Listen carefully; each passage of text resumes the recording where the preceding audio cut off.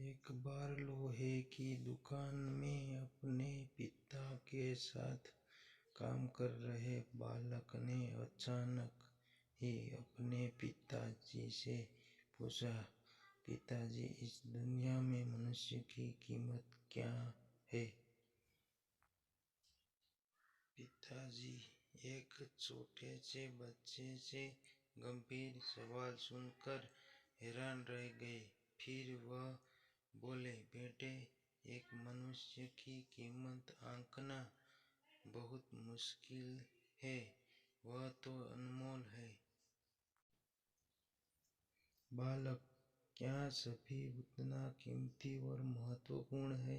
पिताजी, हाँ बेटे। बालक कुछ समझा नहीं।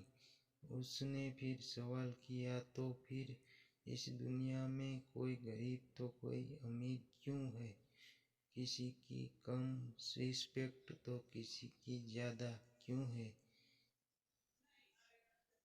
सवाल सुनकर पिताजी शांत रहे। फिर बालक को स्टोर रूम में पड़ा लोहे का रोड लाने को कहा। लाते ही पिताजी ने पूछा, इसकी कीमत क्या होगी? बालक बोल, 200 रुपये। पिताजी, अगर मैं उसके छोटे छोटे कील बना दूं तो इसकी कीमत क्या हो जाएगी?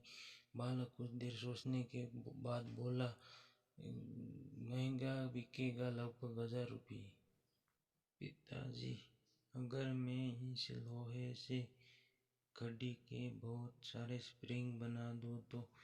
बालक कुछ देर गणना कर फिर एकदम से उत्साहित होकर बोला, तब तो इसकी कीमत बहुत ज्यादा हो जाएगी।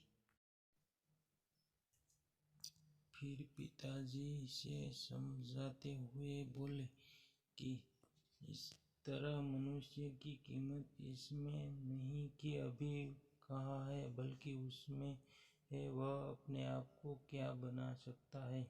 बालक अपने पिताजी की बात समझ चुका था। दोस्तों, अक्सर हम अपनी सही कीमत करने में गलती कर देते हैं। हमें अपनी ताज़ा हालत को देखकर अपने आप को बेकार समझ लेते हैं, परंतु हमें हमेशा यथाशक्ति होती है। हमारे जीवन हमेशा संभावनाओं से भरा होता है। हमारे जीवन में कई बार तिथियां ऐसी होती है।